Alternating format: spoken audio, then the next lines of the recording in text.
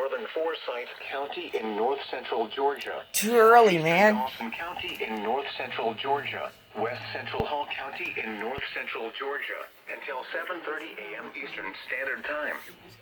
At 7:04 a.m. Eastern Standard Time, a severe thunderstorm was located near the tower, or 9 miles northwest of Cumming, moving east at 40 miles per hour. You see this guy? Hazard, 60 miles per hour wind gusts. Source, radar indicated. Impact, expects damage to roofs, siding, and trees.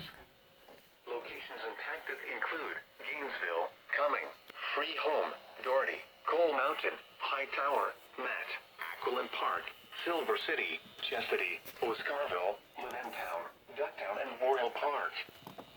For your protection, move to an interior room on the lowest floor of a building.